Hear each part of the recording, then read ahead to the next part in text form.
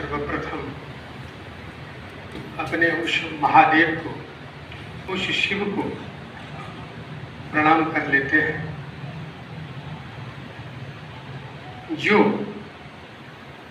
सुख या दुख, मतलब किसी भी सम एवं विषम परिस्थिति में अपने आप में रमन करने वाले हैं। जैसे उन्हें डर नहीं होता महादेव को कि सांपों की फुफकार हुआ करती रहती है उनके गले के नजदीक, सांपों की माला लटकी रहती है, लेकिन उन्हें डर नहीं होता। और चंद्रमा से अमृत टपकता रहता है, फिर भी उन्हें कोई गुमान नहीं होता। या फिर संपूर्ण शरीर में जो महादेव भस्म लगाए हुए रहते हैं, स्मशान का भस्म अपवित्र माना जाता है और उसको लगा करके भी उनको किसी भी तरह की जुगुप्सा का भाव नहीं होता, अपवित्रता का, अशौच का भाव नहीं होता। या फिर पार्वती उनके सीने से लगी होती है हमेशा, शरीर सुख का आनंद भी नहीं होता उन्हें। ऐसे जो हमारे महादेव हैं, आत्मा राम हिताहित समः स्वस्थो हरः पातुः, ऐसे हमारी रक्षा करें। यह मंगलाचरण जो आपने शास्त्र में देखा होगा, यह मंगलाचरण मिथिला का योगदान है। इसकी चर्चा हम आगे करेंगे। सबसे पहले मैं महादेव के मंगल के बाद आपके विभाग के पूर्व अध्यक्ष आप अयोध्यानाथ जी कहें, हम तो अयोध्यानाथ कहने से ही भगवान श्री राम का स्मरण हो आता है, तो उनकी कृपा है कि मैं खड़ा हूँ। और वो भी कभी कभी डर यह लगता है जैसे महाभारत के युद्ध में अर्जुन की दशा हुई होगी, सामने में महारथियों को देख करके, इतिहासकारों को देख करके, वही दशा मेरी भी हो रही है। मेरे भी पैर कांप रहे हैं और कंठ फंसे जा रहे हैं कि मैं क्या करूं। तब सौभाग्य मुझे मिला है तो थोड़ा इठला लेने दीजिए मुझे। आधा घंटा मैं आपका मजबूत समय चाहता। कृपया अपनी जिज्ञासा बनाए रखें और ध्यान दें। मेरी बातचीत कि अगली पंक्ति वालों के लिए नहीं, वहाँ के लिए नहीं है, और मेरी बातचीत आप लोगों के साथ हो रही है। जो यहाँ से बात निकलेगी, जो निकाल पाएंगे, उनके नज़दीक मेरी बातचीत हो रही है। इसलिए आप कृपया सावधान रहें।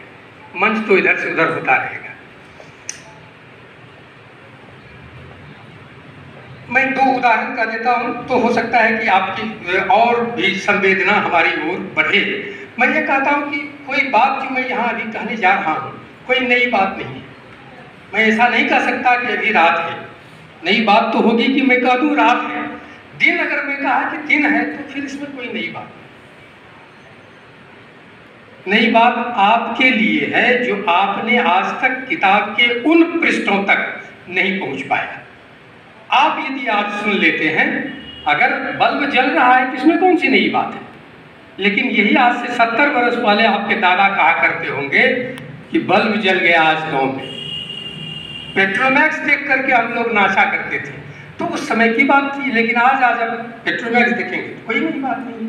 यही मैं कहना चाहता हूँ कि पहली बार जिसने ईख के रस को तोड़ करके चटा होगा खेत में चलते हुए, आज से 200, 400, 1000 बरस पहले, वो गांव में झूम झूम कर कहता होगा कि जरा इसे चबा के देखो कितना मीठा लगता है। उस दिन वह विज्ञान था, उस दिन वो नई बात थी, जिस दिन किसी ने पहली बार ईख को तोड़ा होगा। लेकिन फिर सालों साल तक वह ईख फिर किसी के नजर में नहीं आती थी, सामान्य बात हो गई। लेकिन जिसने पहली बार गुड़ या फिर मीठा उसका बना लिया होगा, तो साल भर तक मीठा खाता होगा, उसके लिए नई बात थी। चीनी बन गया, लीजिए। उसके बाद तो अब कुछ नई बात है ही नहीं। सैकड़ों नई बात रही होगी। तो नई बात की सिलसिला तब शुरू होती है जब आप जाने उस चीज को, उससे पहले कुछ नहीं है हमारे लिए। तो आप प्रशिक्षु हैं, आप नए हैं, आपके लिए हो सकता है ये नई बात हो, मेरे लिए तो 20 बरस पहले सुनी हुई बात है, अब तो इस पर नजर ही नहीं जाती। तो हम कुछ कल की बात जब हो रही थी यहाँ, तो मैं ध्यान लगाए हुए था कि ऐसा नहीं कि मैं जो कल जाऊं तो रिपीटिशन हो जाए उन बातों की। तो कल 3 बजे तक हमारी सामग्री नहीं तैयार थी। 3 बजे के बाद मैंने सामग्री तैयार की कि पुनरावृत्ति दोष से मैं बच सकूं और आप लोग भी बेकार की बातों को मत ढूंढें। तो इसलिए मैंने उसमें से कुछ चीज़ों को, जैसे कि बिहार का, मिथिला का भी योगदान माना जा सकता है, जैन बौद्ध इत्यादि, तो उन चीज़ों को हटा दिया है और 3-4 बातें मैं कहूँगा अपने इस 30 मिनट 35 मिनट के समय में।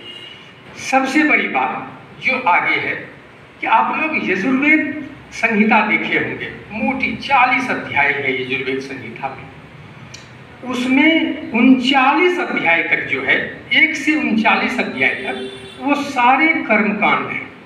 मतलब उसमें आपको करना है, यज्ञ करना है, होम करना है, करने की बात होती है, ज्ञान की बात कुछ नहीं। लेकिन एक ही अध्याय है जो हमको लगता है 18 श्लोक होंगे, मंत्र हैं, जो 40वां ईशावास्योपनिषद कहता है, उसी यजुर्वेद का। यजुर्वेद की किताब कर देंगे तो ईशावास्योपनिषद समझिए मुफ्त में, पीछे का अध्याय है 40वां, वो उपनिषद है, वो सिर्फ ज्ञान कांड है। उसमें सिर्फ विद्या की बात कही गई है, ज्ञान अज्ञान की बात कही गई है, उसमें करने के लिए कुछ नहीं। आप अभी मन ही मन सोच ले कि हम गंगा सेतु के ऊपर एक सेतु बना लेंगे, कोई एक्सीडेंट नहीं है, कोई लागत नहीं है, कोई खर्चा नहीं, मजे से बना लेंगे आप माथे में। गंगा सेतु के ऊपर से, गांधी सेतु के ऊपर से एक सेतु बना देंगे। लेकिन जब रोटी बनाने की नौबत आएगी तो फिर लोगों के नानी याद आते हैं, क्योंकि करने की बात है, करने की बात कठिनाई भरी हुई चीज है। अगर किया नहीं जाता तो शंकराचार्य खाते कहां से सन्यासी? मिथिला ने कर्म को अधिक महत्व दिया कि तुम संन्यास करते रह जाओगे तो भीख कौन देगा? संपूर्ण जगत को संन्यास बना देने से दुनिया चल जाएगी। मिथिला के महर्षि याज्ञवल्क्य ने कर्म पर ज्यादा जोर दिया, या फिर हम लोग जनक का भी नाम जानते हैं, बाद में आकर मंडन मिश्र का भी नाम जानते हैं। तो यही एक धरती रही जहां ज्ञान और कर्म समान रूप से बढ़ते रहे, आज तक बढ़ रहे। यहाँ आपको सन्यासी नहीं मिलेगा। गौतम सन्यासी नहीं थे, उन्होंने तो सन्यास धर्म को देखा ही नहीं। जो गृहस्थ होगा वही सन्यास भी ग्रहण कर लेगा। आप विदेह जो सुनते हैं जनक को, क्यों कैसे सुनते हैं? वो उनका देह थोड़ा विशिष्ट था, जैसे लोहे का देह होता है, मतलब मजबूत हड्डी वाला, उसी तरह से वो विदेह थे, मैंने विशिष्ट देह थे। उनको सुख, जैसे महादेव की चर्चा मैंने भी की ना, उनको न सुख का भान है न दुख का भान है, जो है सो मजे में है, कोई कष्ट नहीं है। बहुत सारी कहानियां, बहुत सारे और दृष्टांत हैं, लेकिन मैं चाहता हूं कि उससे बच जाऊं। अब बाद में यदि आपका समय मिलेगा तो उसकी भी व्याख्या होगी, पहले थोड़ी सी चर्चा में अपनी कर लेता हूं। अच्छा, आप देखेंगे याज्ञवल्क्य की स्मृति, मनुस्मृति सुना होगा, याज्ञवल्क्य की स्मृति भी सुना होगा।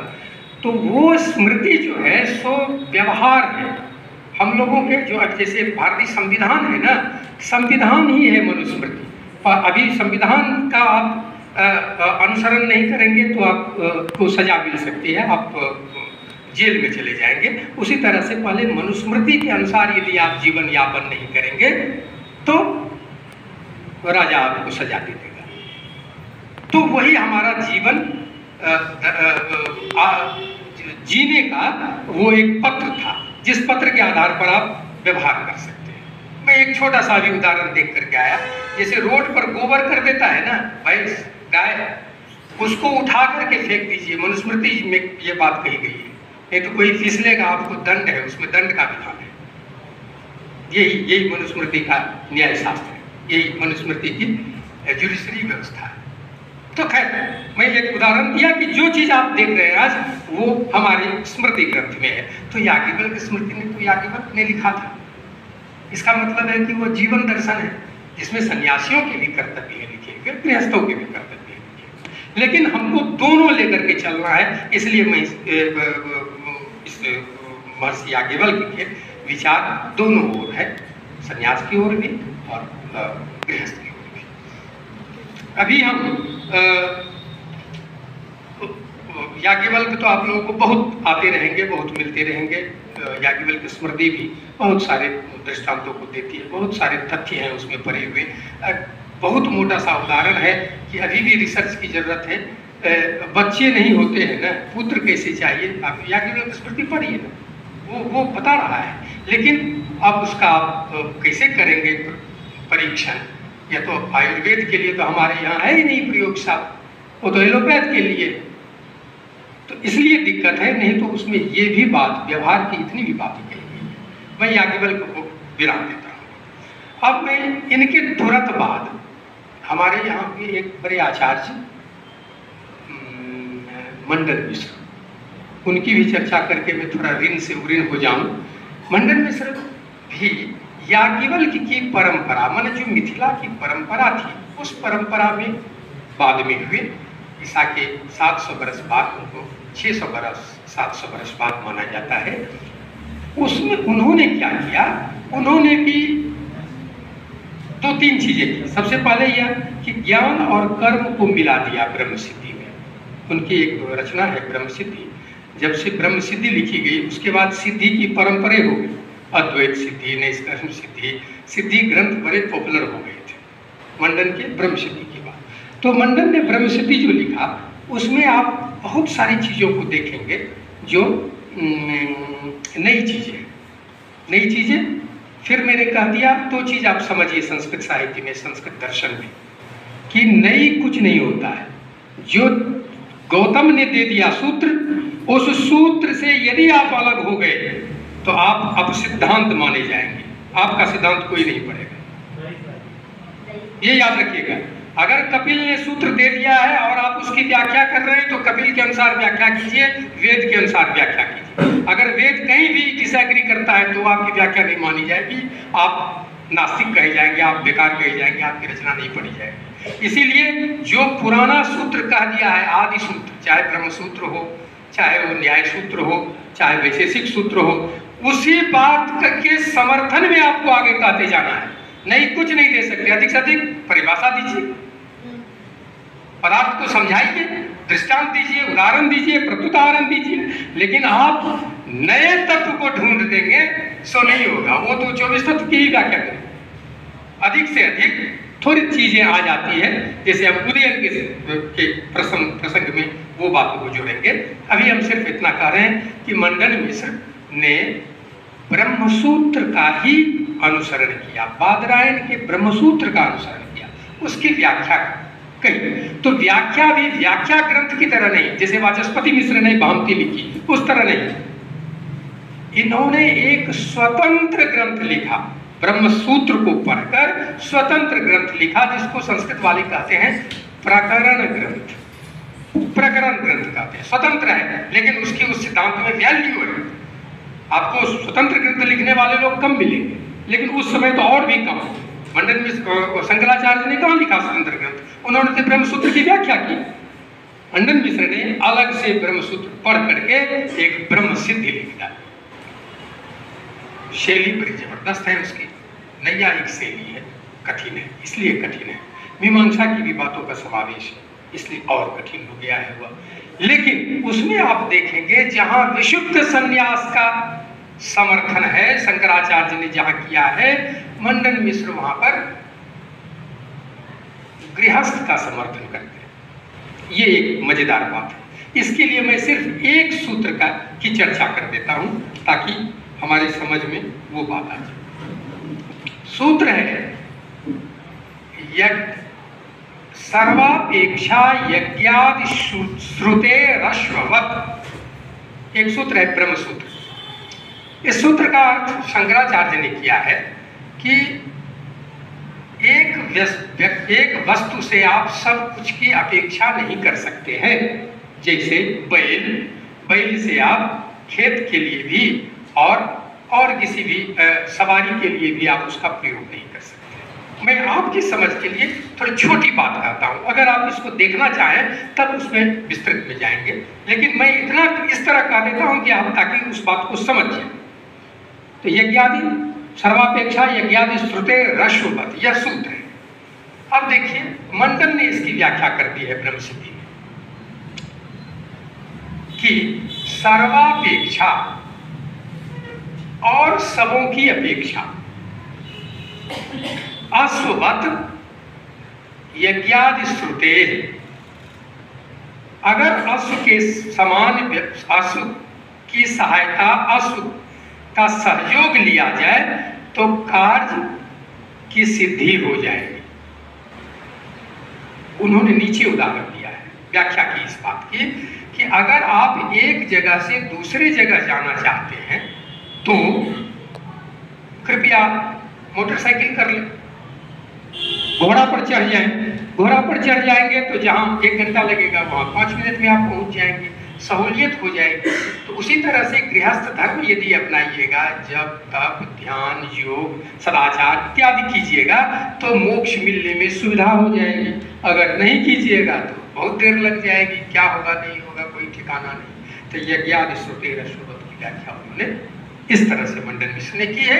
एक भी मैंने इसको कम से कम 25 बार देखा होगा, आगे पीछे मिलाया कि कहीं विसंगति तो नहीं हो जाएगी इसकी व्याख्या करने में, शंकराचार्य और मंडन मिश्र के दोनों को समझने में। तो यही समझदारी है कि आपको एक जगह से दूसरी जगह जाना है तो जिस तरह घोड़ा सहायक है उसी तरह से यदि इस लोक से उस लोक जाना है तो गृहस्थ धर्म सहायक है। फिर भी अगर आपका उत्कट विराग है, आपका घर आपको पसंद नहीं आ रहा, तब छोड़ करके संन्यास में जा सकते हैं। संन्यास में जाने की वैसे कोई आवश्यकता नहीं, ये भी उन्होंने। लेकिन तीनों ऋण को चुका लीजिए, ऋणानि त्रीणि अपाकृत्य मनो मोक्षे निवेशयेत् इत्यादि बहुत सारी बातें मनुस्मृति से संदर्भित बातें, गृहस्थ धर्म में मनुस्मृति ने जो बातें कही है उस सबों को उन्होंने रखा है और बताया कि गृहस्थ और संन्यास सब यहाँ है इसी मिथिला में। ये कंट्रीब्यूशन बहुत बड़ा कंट्रीब्यूशन है, नहीं तो कितनी अराजकता हो जाती। आप कल्पना कीजिए अगर सब सन्यासी हो जाता या कुछ क्षेत्र हो जाता तो। इसलिए इस बात को मैं चलूँ ना सर? हाँ जी। अब मैं उनके मंडन क्या भेद मानते हैं, क्या जीव क्या आत्मा, उसकी चर्चा नहीं करते, उसको छोड़ देते। अब हम थोड़ा सा वाचस्पति मिश्र के एक अंश को लेते हैं। अभी थाली में चर्चा चल रही थी तो मैं सोचता था वाचस्पति पर एक निबंध तैयार किया जाए, लेकिन वो नहीं हो सका। और इसमें देखिए कि वाचस्पति मिश्र के बारे में कहा जाता है कि वो सभी शास्त्रों के ज्ञाता थे, इसमें तो कोई संदेह नहीं, क्योंकि सभी टीका उन्होंने की है। एक अब संयोग से या हम लोगों को नहीं उपलब्ध है, वो है वैशेषिक दर्शन। वैशेषिक दर्शन की टीका इनके पास नहीं, इनके नाम से नहीं है, बाकी सभी टीकाएं हैं। एक अलग से भी पुस्तक इन्होंने लिखी है। एक मजे की बात है, ऐसा भारतवर्ष में या विश्व साहित्य में, थोड़ी मैंने नहीं देखी विश्व साहित्य इसलिए मुझे नहीं बोलना चाहिए, लेकिन मैं अंदाजा करता हूँ अंग्रेजी वालों को बोलते हुए देख करके कि एक व्यक्ति सभी सिस्टम में उसी तरह आदरणीय हो, उसी तरह व्याख्याकार हो, उसी तरह महत्वशाली हो, ऐसा तो आपको एक ही व्यक्ति मिलेगा इस जगत में, वो वाचस्पति मिश्र है। जो पढ़ता है, जिस आप यदि सांख्य के लोग हैं, यदि आप मीमांसा के हैं, आप वेदांत के हैं, तो अपने पिता परदादे की तरह लोग पूछते हैं वाचस्पति मिश्र को, क्योंकि वाचस्पति मिश्र ने जो रास्ता दिखा दिया वही रास्ता आपके लिए है, दूसरा तो कोई रास्ता है नहीं। और इसलिए वाचस्पति मिश्र की बहुत अधिक प्रतिष्ठा है। देखिए और मजेदार बात जो मैं लिख करके लाया, यद्यपि आप लोगों के लिए नहीं है उचित, आप लोगों को इसमें आनंद नहीं आएगा, लेकिन थोड़ा सा सुन लीजिएगा तो कभी काम आए कि इन्होंने जिन जिन दर्शनों की व्याख्या की उसके जो मंगलाचरण किए, मतलब ईश्वर को प्रणाम करके हम लोग काम शुरू करते हैं ना, तो इसको ईश्वर को प्रणाम करके जो उन्होंने काम शुरू किया है वो भी थोड़ा सा स्वाद लेने की जरूरत है। हम आपको नहीं बता सकते कि इसमें जीरा ज्यादा है कि हल्दी ज्यादा पड़ गया, ये नहीं कह सकते। आपको स्वाद अगर लगे तो देखिए कितना स्वादिष्ट है कि न्याय तात्पर्य टीका उन्होंने जो लिखी है उसका मंगलाचरण देखिए। ये परंपरा है, ये भी रिसर्च का विषय है कि नैयायिक शैव क्यों होते हैं, शिव के उपासक क्यों होते हैं, या नैयायिक शिव ही को क्यों पूजते हैं और को कम पूजते हैं, नहीं पूजते हैं। यह भी, इस पर भी एक रिसर्च होना चाहिए। बहुत सारी सामग्री, जितने भी नैयायिक हैं सबों ने शिव की स्तुति की है, इन्होंने भी स्तुति की है। विश्वकृत विश्वेशाना, विश्वकृत विश्व शांति, विश्व पिनाकी विश्वेशानो, विश्वकृत विश्वमूर्ति, विश्वज्ञाता विश्व संहारकारी, विश्वाराध्यो राधयत्विहितं न। देखिए इनका मंगलाचरण है, एकदम शिव पर है। फिर थोड़ा सांख्य तत्व कौमुदी में देखिए, पुरुष प्रकृति वाला झंझट है सांख्य तत्व कौमुदी में, तो उसका देखिए। अजाम एकांग लोहित शुक्ल कृष्णान भक्ति प्रजा सृजमानां नमामः, अजाएतां जुषमानां भजन्ते जहत्येनां भुक्त भोगां नुमस्तां। खैर न हम इसकी व्याख्या भी कर सकते हैं, हम आपको सिर्फ सुना रहा हूँ। एक और देख लीजिए शांकर भाष्य भामती, जो इनकी बहुत अधिक प्रसिद्ध है। भामती में इन्होंने कहा है, अनिर्वाच्या विद्या द्वितय सचिवस्य प्रभवतो विवर्ता यस्येते वियदनिल तेजो वनयनः यतश्चा भूत विश्वं चरम चरमुच्चावचमिदं नमस्तद ब्रह्मा परिमित सुख ज्ञानम अमृतम। जो इसको पढ़ते हैं संस्कृत जानने वाले तो मतलब क्षुब्ध हो जाते हैं कि सबों की व्याख्या बिल्कुल उसी अनुरूप है। जिसकी व्याख्या करते हैं उसके देवता होते हैं, उसके सहृदय होते हैं, उसका समाज होता है। तो तटस्थता का गुण, जो किसी बात को कहने में जिस पक्ष के साथ रहे उस पक्ष को संपूर्ण व्याख्यायित कर दे, ऐसा व्यक्तित्व भारतवर्ष में वाचस्पति मिश्र है। ये भी हमारा योगदान। एक चीज और, हम लोग कैटलॉगिंग करते हैं, हम लोग इंडेक्स बनाते हैं, हम लोग एक सूची बना लेते हैं। आपको पता होगा कि न्याय सूत्र में कितने सूत्र हैं ये कोई कह नहीं सकता है। क्यों नहीं कह सकता? इसमें कठिनाई यह हो गई कि पहले तो अध्ययन की जो परंपरा थी वो परंपरा मौखिक थी। हमने बच्चे को सिखाया, बच्चा सीख लिया, पढ़ता तो नहीं था, लिखाई तो थी नहीं, कागज वगैरह तो था नहीं। तो जो आप कहते थे आपके शिष्य, आपके आत्मज वही सुनते थे, फिर वह अपने बच्चे को उसी तरह सुनाता था, वो भी अपने बच्चे को सुनाता था। ये तो अब जब 100 वर्ष हुए, 200, 1000 वर्ष हुए, जब कागज या लेखन आविष्कार हुआ, तब जाकर किसी पंडित से बिठा करके लिखवा लिया होगा कि बोलिए तो क्या क्या सब आपको याद है। जब याद हुआ तो पता चला कि ये न्याय सूत्र है। एक ये हाइपोथेसिस है, यही सब लोग कहेंगे, अलग अलग बात, लेकिन मोटे तौर पर यही बात है। जब से हमने लिखना पढ़ना और किताब छापना शुरू किया, उससे पहले मौखिक थी बात। हमें भी आज तक जितनी बातें याद है उसकी 95% सुनी हुई बातें याद है। सब सुनी हुई बातें, लिखी हुई और पढ़ी हुई रटी हुई बातें तो 100-50 श्लोक हो सकता है, उससे ज्यादा तो हो नहीं सकता। तो इसलिए सुनने का बहुत अधिक महत्व है। उस सूत्रों पर हुआ क्या कि सूत्र है और सूत्र के बाद वात्स्यायन का भाष्य आ गया। अब वो भाष्य की पंक्ति है, मतलब भाष्य में जो वात्स्यायन ने कहा है वो है कि सूत्र है, दोनों मिल गए। अब उसमें आपको ढूंढना कि ये जो शब्द है ये सूत्र का शब्द है कि ये वात्स्यायन का शब्द है, ये कठिनाई आपको हो जाएगी। इस कठिनाई को दूर करने के लिए वाचस्पति मिश्र ने एक एक सूत्र को पंक्तिबद्ध कर दिया, गिनती कर दी उसकी, एक एक पद को, पदांश को, भाष्य की पंक्ति को अलग अलग कर दिया, नंबर चढ़ा दिया। अब दुनिया में कोई न्याय सूत्र के साथ साथ छेड़खानी कर ही नहीं सकता है। देखिए इतना बड़ा काम, यद्यपि ऐसा काम इनसे पहले मंडन मिश्र ने मीमांसा सूत्र पर कर चुका था, मीमांसा सूत्रानुक्रमणिका कर उन्होंने श्लोक ही बना दिया उस पर, प्रत्येक सूत्र को देख देख करके, और उसमें जो भाव थे उसको एक श्लोकबद्ध बना दिया। अब आप मीमांसा के सूत्रों को भी नहीं इधर से उधर कर सकते हैं कि ये सूत्र नहीं है, ये सूत्र नहीं है।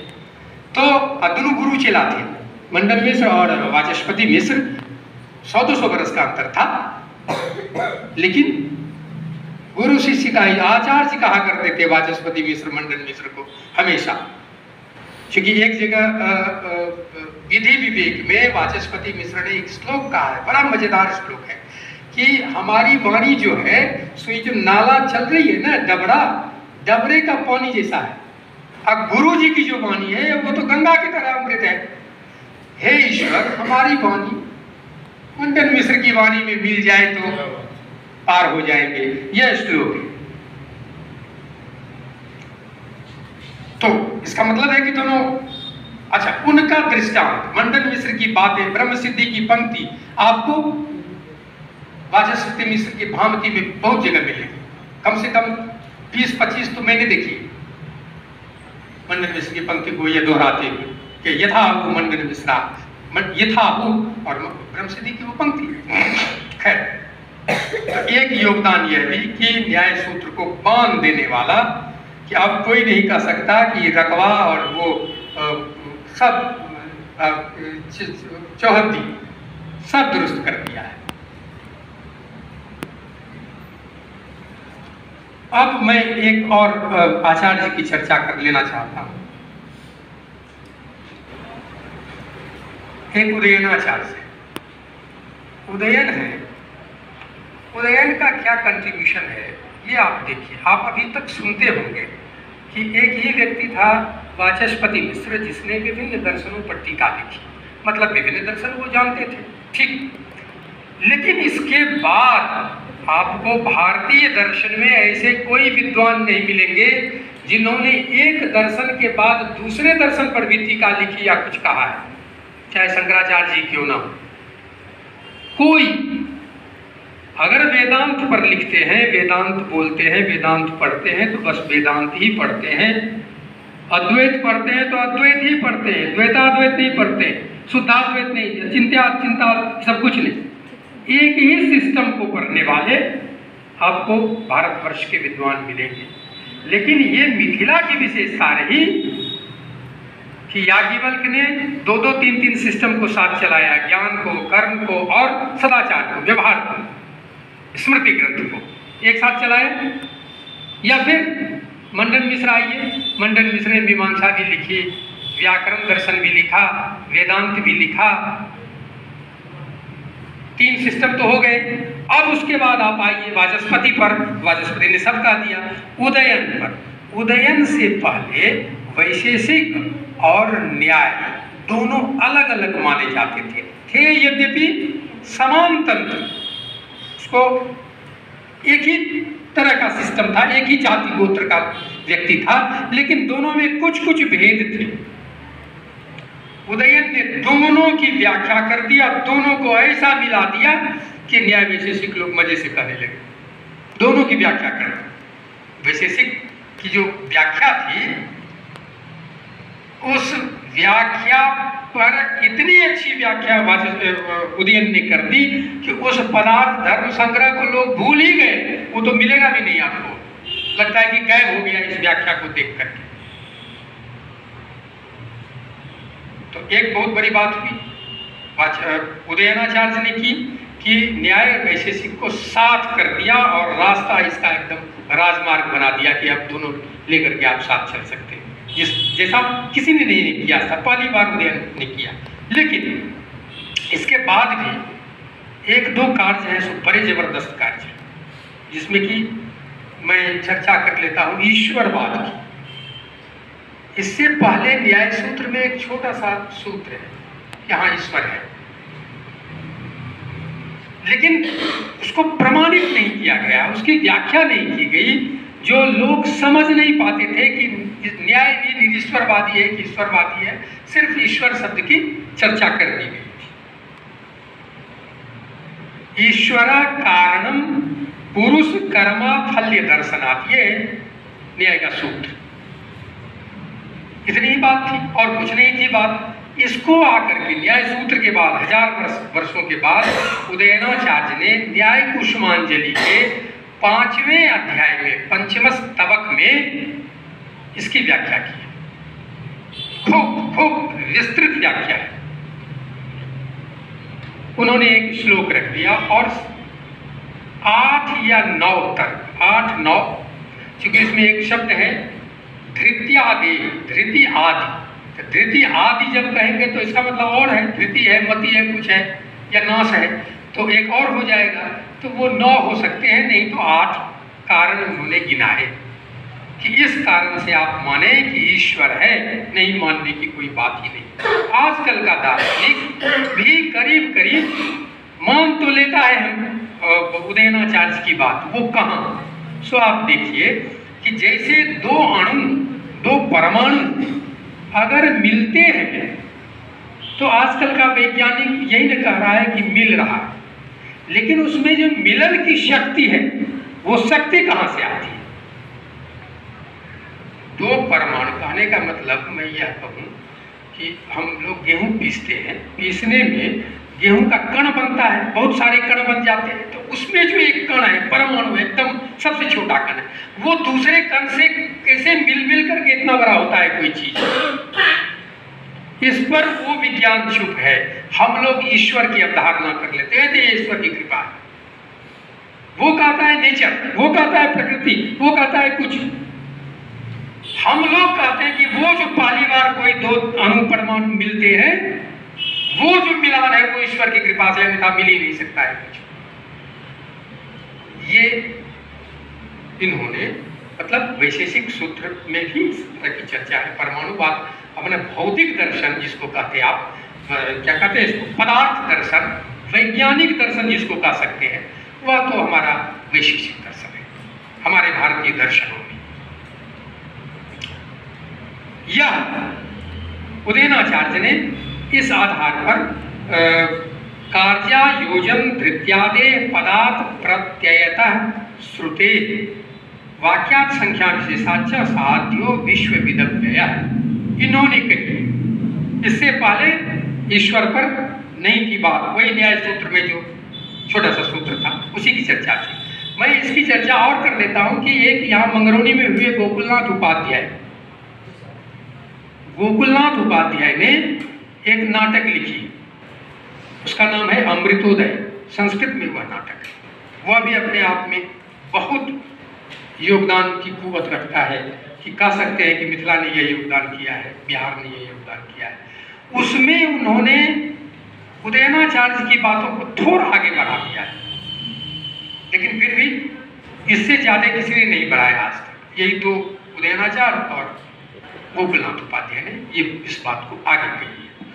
तो अगर 2 मिनट 4 मिनट समय दें आप, हाँ, एक उदयनाचार्य की और चर्चा कर लेते हैं। आपको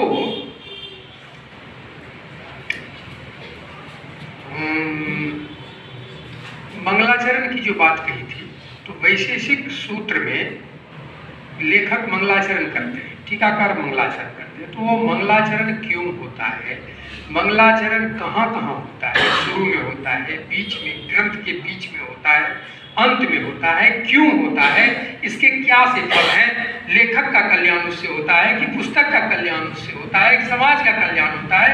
इस पर पहली बार इतनी लंबी चौड़ी व्याख्या पदार्थ, उसमें क्या नाम है, वैशेषिक की सूत्र की व्याख्या के क्रम में उदयनाचार्य ने कही। फिर एक अंधकार को भी, स्वप्न को भी व्याख्यायित इन्होंने किया है। चूंकि अंश बहुत ज्यादा विवाद का है, उन विवादों को मैं ढोने में सक्षम नहीं था कि मैं समय सहेज करके लाता। इतनी बात आप सिर्फ देख लें कि मंगलाचरण, स्वप्न, भेद जो करते हैं दो वस्तु में किया है, इन्होंने उसमें बहुत बड़ा योगदान दिया है। वैसे की व्याख्या करें। अब हम थोड़ी सी ईश्वर की चर्चा की बात कर देते हैं, क्योंकि दोनों को मिला करके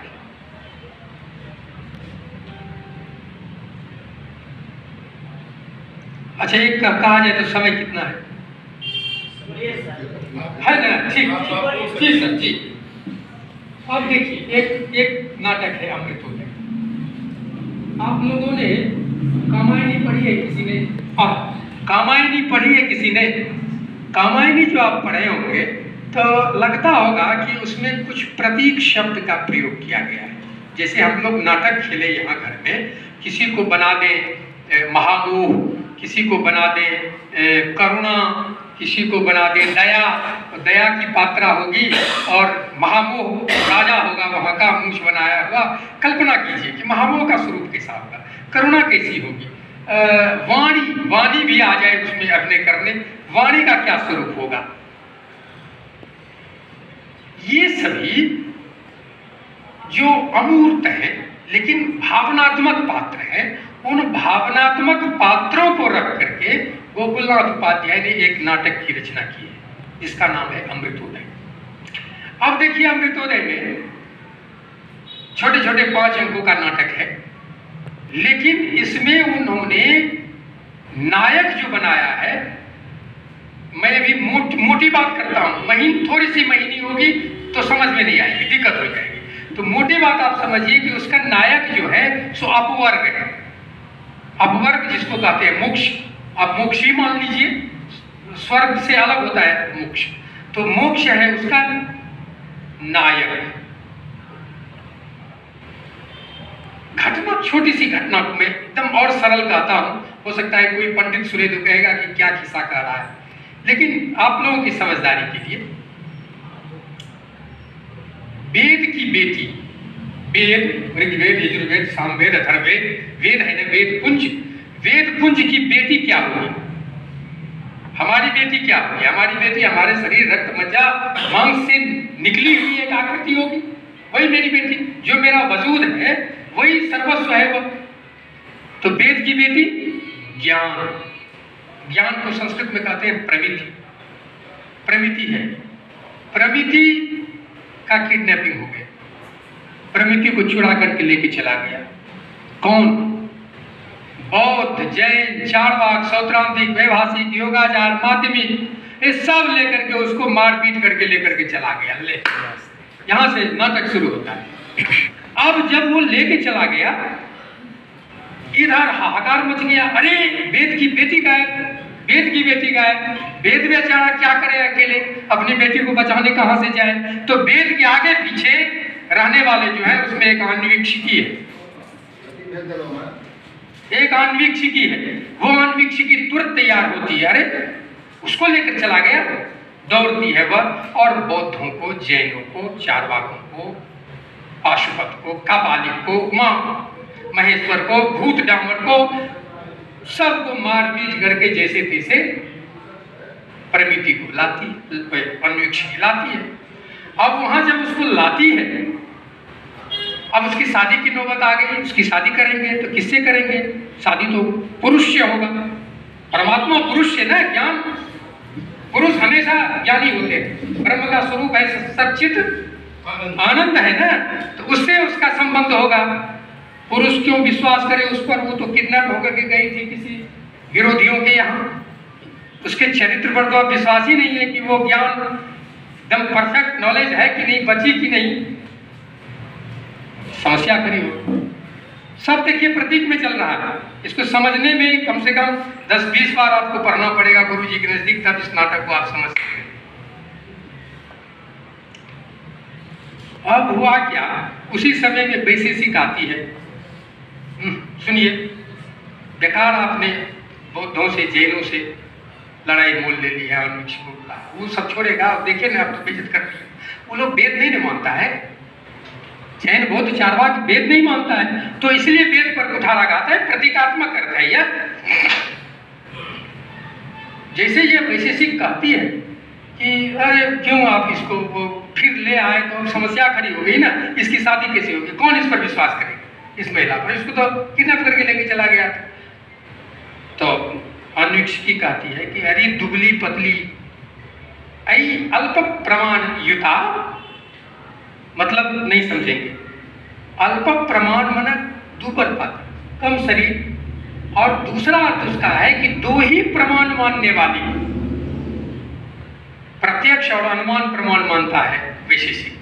देखिए कैसे कैसे ऐसे ऐसे सभी मतलब उसको क्या कहते हैं, श्रेष्ठ शब्दों के प्रयोग है वहां। तो एक व्यावहारिक अर्थ लेना होगा और एक आध्यात्मिक दार्शनिक अर्थ लेना होगा। फिर उसको कहती तुम जाओ, तुमसे क्या होने वाला है, तो दो ही प्रमाण मानती है। शब्द प्रमाण मानेगा तब न वेद को नित्य मानेगा, तब न वेद की रक्षा के लिए कुछ करेगा और उसके ज्ञान के लिए मर मिटेगा। हम तो वेद को मानते ही नहीं है, तो फिर वेद को नहीं माने तो उसकी बेटी को क्या हुआ नहीं हुआ, इससे क्या फर्क पड़ा, उसके ज्ञान को क्या हुआ नहीं, उसको हटाए, जाओ जो तुमसे नहीं होगा, तुम तो अपने इतनी दुबली पतली हो, तो तुमसे क्या होने वाला है, भागो यहाँ से। फिर उसके बाद और भी आते हैं, उदयन आते हैं, वर्धमान उपाध्याय आते हैं, मतलब सब भावात्मक पात्र हैं, इनके सिद्धांत आते हैं, वाचस्पति आते हैं, सब मिल करके तब एक रचना होती है कि नहीं इसको ऐसा करो कि पक्षता और परामर्श की शादी करा देते। पहले तो पुरुष को माथा ठीक करवाया जाएगा कि नहीं, क्यों उस पर अविश्वास करते। पतंजलि के यहाँ भेज दिया गया, यम नियम आसन सिद्धि प्राणायाम सब अब कराने के लिए उसको, कि ताकि वो माथे से दुरुस्त हो, उस पर विश्वास कर सके कि अपहरण मात्र से ही उसका अस्तित्व खत्म नहीं हो जाता है। ये हुआ। फिर उसके बाद उसकी एक श्रद्धा है, श्रद्धा को उसके साथ लगाया जाता है, प्रमिति के साथ श्रद्धा उसको कुछ कहती है। फिर यहाँ श्रद्धा और विवेक की शादी होती है, उसमें प्रमिति सुनती है, उसकी प्रवृत्ति इस तरह की जगती है। अब होते होते अब वेद भी है, वेद भी उसमें बहुत सारे और जो मेडिटेशन की चीजें सब हैं, जैसे पतंजलि सब में, तो उससे उसके आधार पर उसको पुरुष को उस तरह किया जाता है। पुरुष भी पगलाता है, क्या से क्या बोलता है, ईश्वर को गाली देता है, तुम ये हो, तुम वो हो, तुम रक्षा नहीं कर सके। मतलब सब वही जो चीज आज तक पक्ष विपक्ष में बौद्ध और जैन की बात सब सुन रहे हैं, और आस्तिक नास्तिक की, यही सब चीजें बात कही गई है। और अंत में हुआ कि भाई इसको राजपद दे दो, मतलब अब इन दोनों की शादी हो गई। शादी होने पर फिर बताया है कि दोनों की इसकी शादी करोगे तो दोनों की मृत्यु हो जाएगी। तो हुआ क्या, दोनों की मृत्यु हो जाएगी तो बच्चा बचेगा ना, तो अब बच्चा बचेगा तो बच्चा भी जो है सो भी एकदम मतलब वो भी ज्ञान ही है। तो इस तरह से यह नाटक अब समाप्ति की ओर है। लेकिन इस नाटक के इर्द गिर्द अब एक समस्या और खड़ी हो जाती है। कहता है कि ये सुनिए ना, इसको जो आप राज्य पद दीजिएगा, तो राज्य पद के लिए हमारा जैन वाला खड़ा हो जाता है कहीं से कि हमारा जो सिद्धांत है उसको आप राजपद पर दे दीजिए। कहा कि नहीं, तुम्हारा सिद्धांत ठीक नहीं है, इस ऐसे अपवर्ग को नहीं देंगे। तब फिर उधर शेश्वर मीमांसा आती है, उसको भी अन्वीक्षिकी काटता है, उसको भी कहता है कि नहीं, तुमको भी हम राजपद नहीं देंगे। तब फिर वेदांत को भी नहीं मानता है। मतलब न्याय का जिससे जिससे झंझट है सबों का खंडन किया जाता है, और सब खंडन करके न्याय का जो अभिमत है तदत्यंत विमोक्षोप अपवर्ग मोक्ष, उसको उन्होंने प्रधान पद पर बिठाया। और इस तरह न्याय पर शास्त्रार्थी नाटक लिख करके यह भारतवर्ष में सभी पंडितों की बोलती बंद हो गई कि अब न्याय को हराने के लिए, यद्यपि इसमें एक झंझट खड़ा है, इसका नायक कौन है ये समझ में नहीं आता। तो नायक अंततः आप अन्वीक्षिकों को भी मान सकते हैं, मतलब न्याय दर्शन को मान लेंगे, क्योंकि न्याय के अधिक कार्य इसमें किए हुए हैं। लेखक मूलतः न्यायिक ही था, यह भी है। तब कभी कभी त्रुटि हो जाती है कथा को बांधने में बड़े बड़े लेखकों से, कि वो जो कुछ कहना चाहता है उसमें कुछ छूट सी जाती है, बात छूट गई। इसीलिए अन्वीक्षिकी नायिका प्रधान नाटक है, ये भी ध्यान रखना है। मतलब कितने हम लोग प्रगतिशील हैं। मिथिला की प्रगतिशीलता इससे भी जारी है कि इसमें स्त्री पात्र पुरुष की अपेक्षा अधिक है, और ये काम होता है, न्याय की प्रतिष्ठा होती है, न्याय को मुख्य पद पर दिया जाता है। तो एक छोटी सी बात इतनी हुई।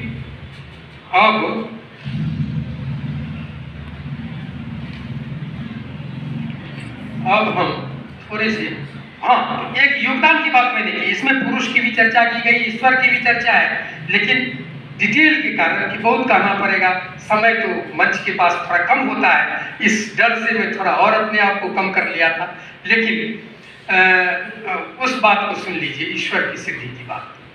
हमको लगेगा कि कुछ बात कर करके जा रहे हैं यहाँ से।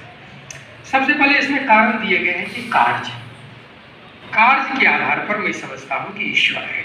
तो कार्य क्या है? पृथ्वी जो है वो कार्य है। कैसे कार्य है पृथ्वी? तो पृथ्वी की मिट्टी को हम जब कुछ करते हैं तो उससे घड़ा बन जाता है, उससे दीप बन जाते हैं, कुछ बन जाता है, तो वो कार्य हुआ ना मिट्टी। तो जब कार्य है तो उसका कारण तो होगा, बिना कारण का कार्य नहीं होता। ये दूसरी बात है कि हम लोग कारण नहीं समझ पाते हैं, जहां वहां ईश्वर की उद्भावना कर लेते हैं। किसी की तो उद्भावना करनी पड़ेगी ना। तो एक है तथ्य।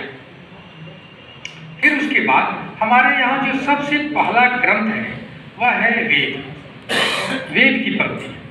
तो इतने व्यवस्थित मानव सभ्यता जब से हमारी यहाँ शुरू हुई, उस समय से जो वेद है, उस वेद को भी बांचने वाला तो कोई व्यक्ति रहा होगा।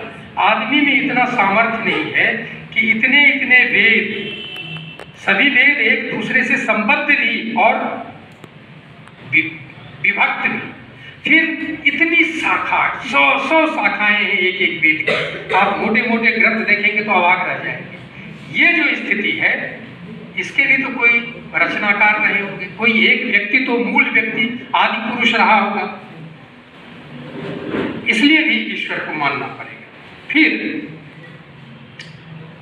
संख्या विशेष एक शब्द है, संख्या विशेष शब्द है। इसका अर्थ है कि आप वैशेषिक में देखते होंगे कि एक अणु, दो अणु दोनों मिलकर द्वैनुक होते हैं, फिर तीसरा अणु मिल जाता है, त्रेणुक हो जाता है, चतुर्नुक हो जाता है। मतलब धीरे धीरे अणु मिल करके न होते हैं। तब वो जो अणु मिलते हैं उसमें कौन सी शक्ति है जो मिल जाते हैं? और आपको फिर संख्या, जो हमारी बुद्धि में सृष्टि के प्रारंभ से लेकर जो इतनी संख्या विशेष की बात होती रही है, इसको किसने किया, किसने व्यवस्थित किया? इसलिए लगता है कि कोई एक ऐसा पावर है जिसने किया होगा। फिर एक श्रुति है, श्रुति की व्याख्या फिर उसी तरह कर लीजिए जैसे मैंने कार्य की व्याख्या की थी, या वाक्य की व्याख्या। जो वाक्य है वही वेद है। इस तरह समझ लीजिए कि श्रुति को भी बनाने वाला जो है सो ईश्वर है। अब एक है पद माने व्यवहार। हम लोगों ने, मानव जाति ने जो व्यवहार सीखी है, उस व्यवहार का कोई सूत्रपात करने वाला व्यक्ति रहा होगा, वो ईश्वर है। फिर उसके बाद है एक धृति।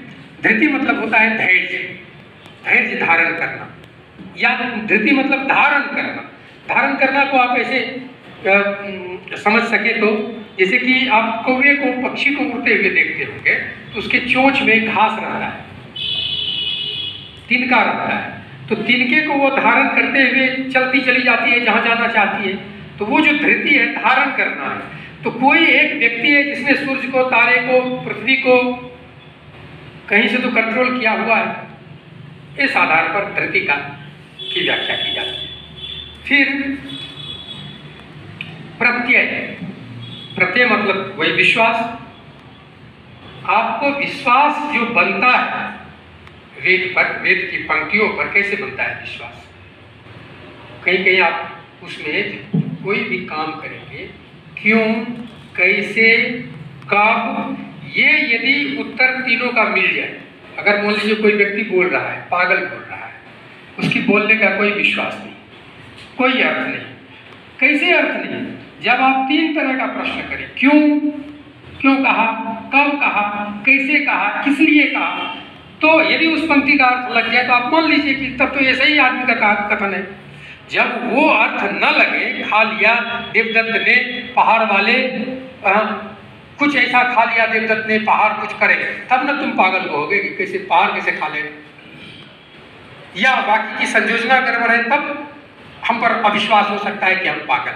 तो यह जो प्रत्यय है, विश्वास है, प्रामाण्य है, चाहे आप शब्द प्रत्यक्ष, अनुमान, उपमान शब्द इत्यादि प्रमाण का दें, वो भी वक्तारूप कारण से, कारण के गुण से उत्पन्न है, इसलिए इसको भी हम लोग प्रामाण्य के कारण ईश्वर को मानते हैं। और उसके बाद आयोजन, आयोजन मतलब इतना बड़ा जो आप जो कुछ ब्रह्मांड में देख रहे हैं, सब अपने अपने जगह पर व्यवस्थित है, किसी को किसी से कोई दिक्कत नहीं और सभी उसी अणु के आधार पर व्यवस्थित है, सूक्ष्म से लेकर के महत् तक व्यवस्थित है। इसलिए हम मानते हैं कि ईश्वर है, ईश्वर की सत्ता को नहीं झुठलाया जा सकता है। ऐसा हमारे यहाँ उदयनाचार्य ने और गोकुलनाथ उपाध्याय ने। तो लगता है कि मैं जितना अभी सोचा हुआ उतनी बात कही, आपकी कोई जिज्ञासा हो और कोई बात हो तो कहिए। क्या सर कोई आपकी बातों के समर्थन में आज से 4-5 साल पहले स्टीफन हॉकिंस, जी समय का संक्षिप्त इतिहास, तो उसने एक ऑक्सफोर्ड यूनिवर्सिटी में लेक्चर दिया था। उस लेक्चर में उसने कहा था, और we have no use of philosophy, और हम लोगों को फिलॉसफी की कोई आवश्यकता नहीं है, हम लोगों ने गॉड पार्टिकल पा लिया। बस गॉड पार्टिकल है कि वहाँ मॉलिक्यूल कैसे बन रहा है, एटम कैसे बन रहा है, तो वो गॉड पार्टिकल है जो मोबिलाइज करता है इलेक्ट्रॉन, प्रोटॉन, न्यूट्रॉन को मिल के मॉलिक्यूल एटम बनाने। और वही चीज आज उससे 600 साल पहले उदयनाचार्य कह रहे हैं कि ईश्वर है, इसी के श्वास से, वह जब श्वास लेता है तो तुमण होता है, जब वह श्वास छोड़ता है तो नहीं। जी, तो मैं फिर एक बार अपनी कृतज्ञता प्रकट करता हूँ श्रीमान अयोध्यानाथ जी, अध्यक्ष महोदय जी, और हमारे साथ बने रहे हमारे प्रिय अवनींद्र जी महोदय, हमारे इतिहास सुशांत जी से शिलालेख के बारे में मदन बाबू सर ने कहा था कि आप उनसे संपर्क कीजिए। तब से शिलालेख का ही संपर्क इनसे नहीं हुआ, लेकिन और सारा चीज होता रहा। तो हमारे सुशांत जी भी हम सबों के प्रति कृतज्ञता प्रकट करते हैं, और आप लोग जिसके कारण कि हमारी वाणी थोड़ी आगे आई, अन्यथा सभा में और इस कार्यक्रम में तो क्या होता है ईश्वर जानते हैं। और अंत में एक और भी बात कि हमारे गुरु जी जिस मंच से बोल कर गए हों, प्रोफेसर किशोरनाथ झा, राष्ट्रपति सम्मानित और न्याय की मूर्धन्य, जहाँ अभी भी आने वाले भगवानंद जी भी हैं, हमारे धर्म पर अवनींद्र जी कह चुके, जयदेव जी कह चुके, वहाँ हमको हमारे पल्ले कुछ लग गया, हम कृतज्ञ